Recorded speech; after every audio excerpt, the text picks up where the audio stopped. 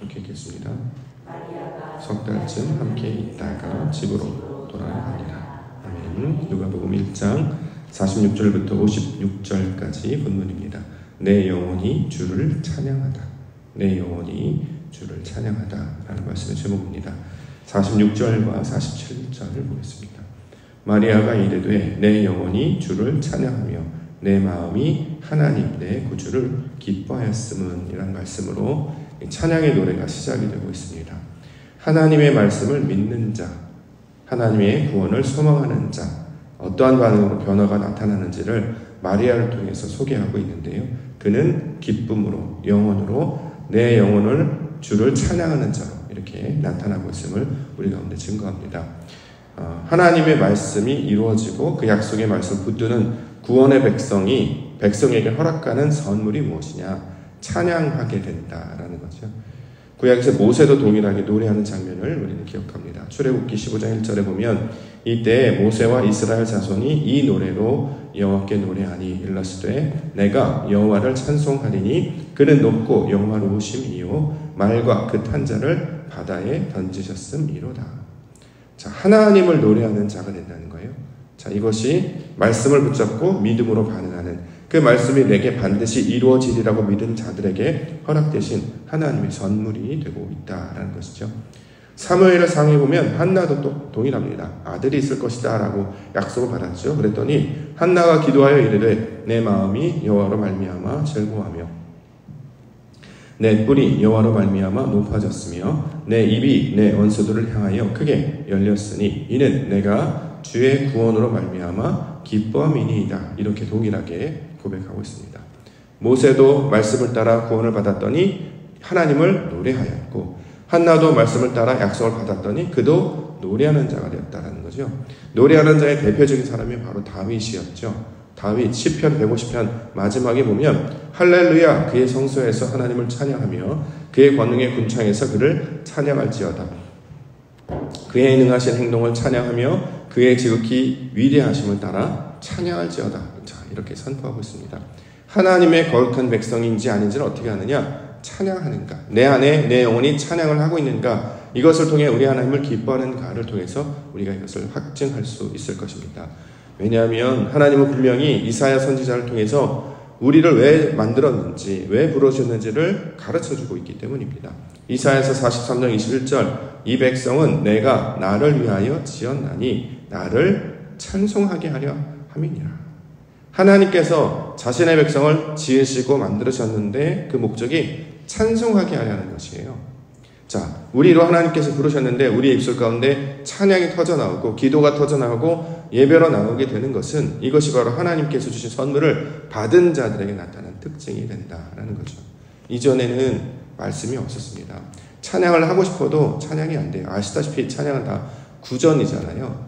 입에서 입으로 전해주는 거예요. 어디 가서 가르쳐주는 데가 없어요.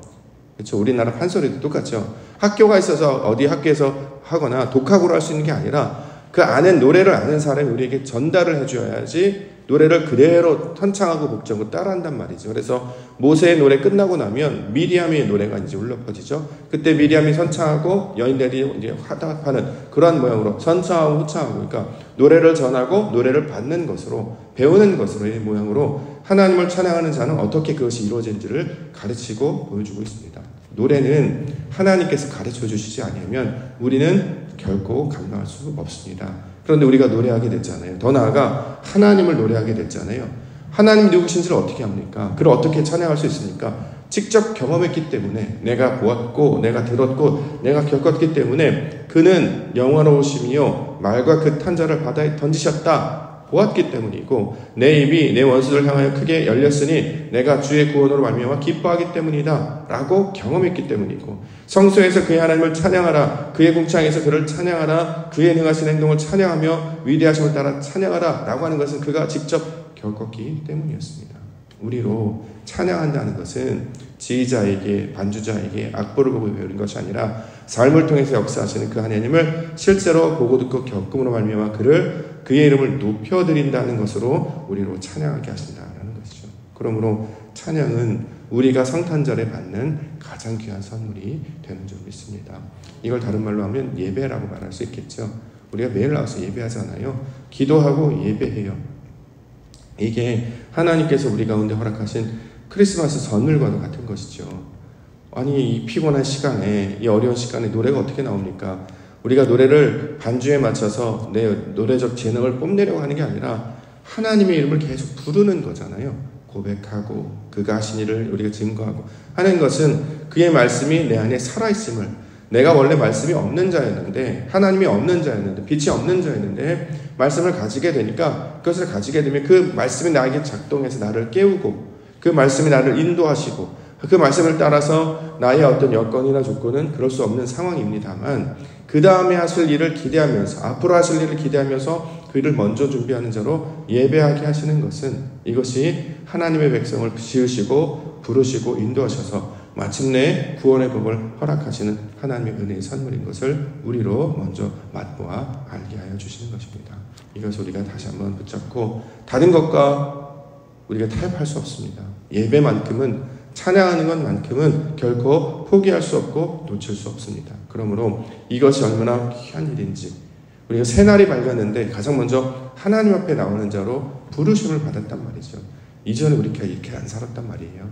이렇게 안 살았습니다. 성탄절날 앞에 새벽 예배 안 드렸어요. 전날까지 늦게까지 놀고, 크리스마스 이브니까 뭐 마시자, 먹자, 즐겁자 놀았지, 새벽 아침에 나와서 예배하는 자가 되었다고요? 아니에요. 근데 우리가 예배하는 것은 어제도 예배를 했기 때문에요. 그 습관에 따라, 하나님께서 주신 말씀을 따라 오늘도 주의 일들을 기대하며, 또 마침내 약속하신 그 날을 함께 맞이하는 자로 저와 여러분들 불러주셨습니다.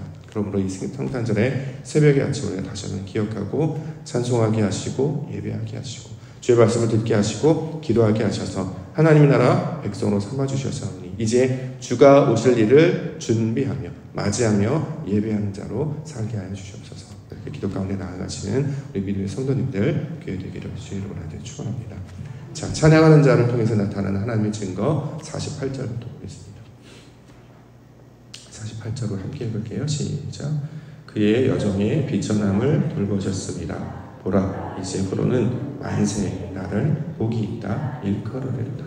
자, 비천함, 가난하다 이런 뜻인데, 그 가난한 자를 부욕해 하시는 것이죠. 그래서 이것을 복이 있다, 복 있는 자다 이렇게 말씀하시는 것입니다.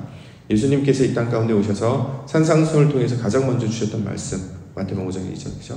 심령이 가난한 자는 복이 있나니 어떻게 해요? 천국이 저희 것이다. 이것이 예수님께서 가난한 자들에 주셨던 복음의 첫 번째 선포다라는 거죠.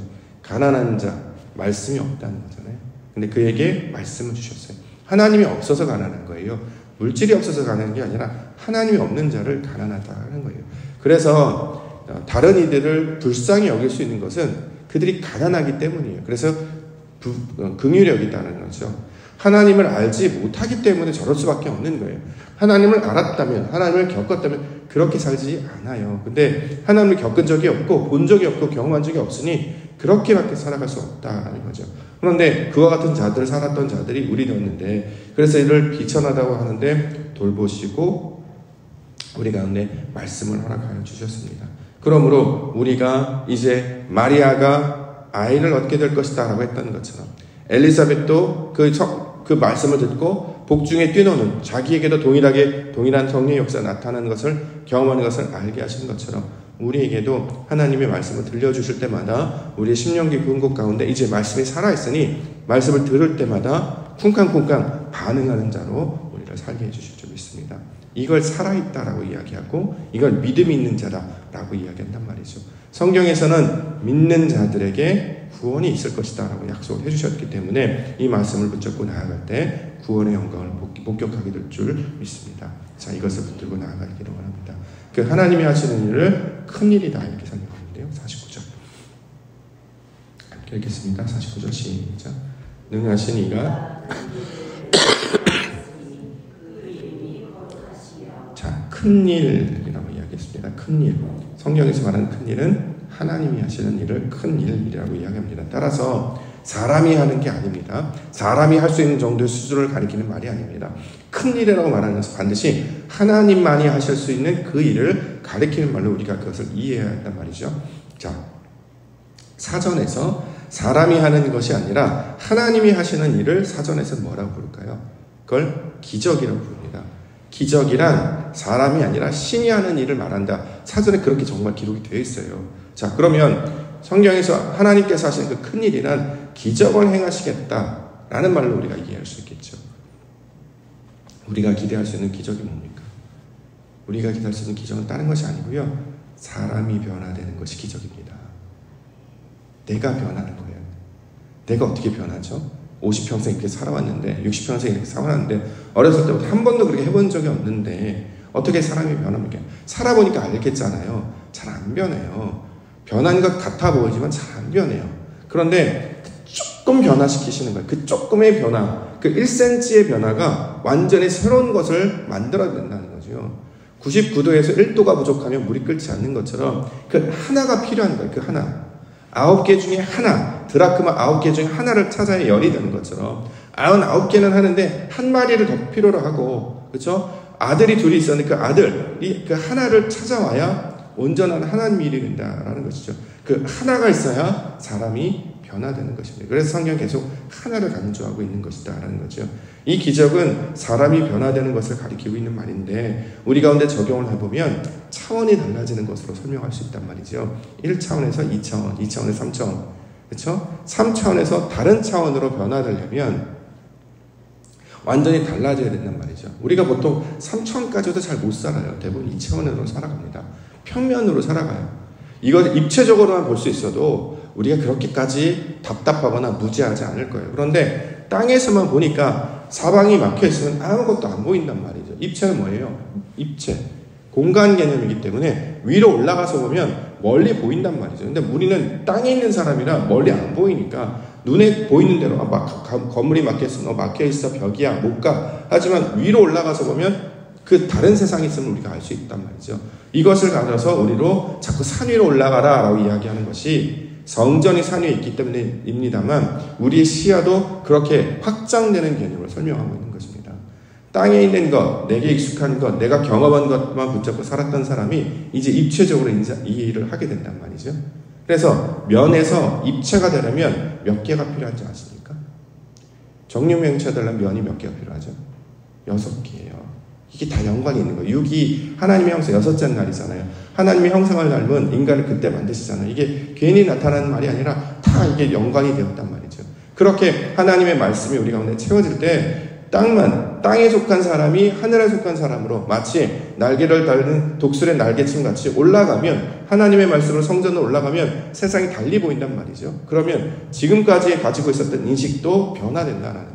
내가 알고 있던 것으로만 보이지 아니하고 내가 경험했던 것으로만 보이지 아니하고 그래서 다른 차원 또는 다른 곳에서 오는 사람의 메시지를 받아들이기 시작합니다. 왜냐하면 관점이 달라지기 때문이죠. 그래서 저희가 올해 시도한 게 자리를 바꿔보자 라고 한 거예요. 자기가 앉았던 자리에서만 보면 그렇게만 보이는데 이걸 조금 바꿔보면 조금 시야가 달라지고요. 감동도 달라집니다. 소리가 어디가 잘 들리는지 어디가 극장에서 어디를 앉아야 제대로 보이는지 그럴 때마다 우리 느낌과 감동이 다른 것처럼 우리도 좋은 자리 알려고 극장이나 우리 콘서트 같은 데 좋은 자리 맡으려면 엄청 비싸요. VIP가 제일 비싸거든요. 보면 제일 잘 보이고 제일 잘 들리는 곳에 그 자리가 놓여 있어요. 싼 곳은 저 꼬퉁이에 있어요. 보이긴 보이고 들리긴 들리는데 제대로 볼 수는 없습니다. 그렇기 때문에 가격 차이가 난단 말이죠. 우리도 마찬가지입니다. 그 자리가 바뀐다는 것은 우리의 현재적인 입지가 관점이 우리의 인식이 달라지는 것으로 적용할 수 있을 것입니다. 그런데 놀랍게도 하나님께서 그 일을 행하실 것이다. 그러므로 지금까지는 내가 했던 방식으로 생각했다면 내가 했던 방식이 아니라 내 앞에 놓이는 상대, 나는 너고 하나님이 나잖아요. 하나님의 말씀 방식으로 자꾸 생각하는 연습을 하기 시작한단 말이죠. 이걸 큰 일을 행한다라고 설명하는 것입니다.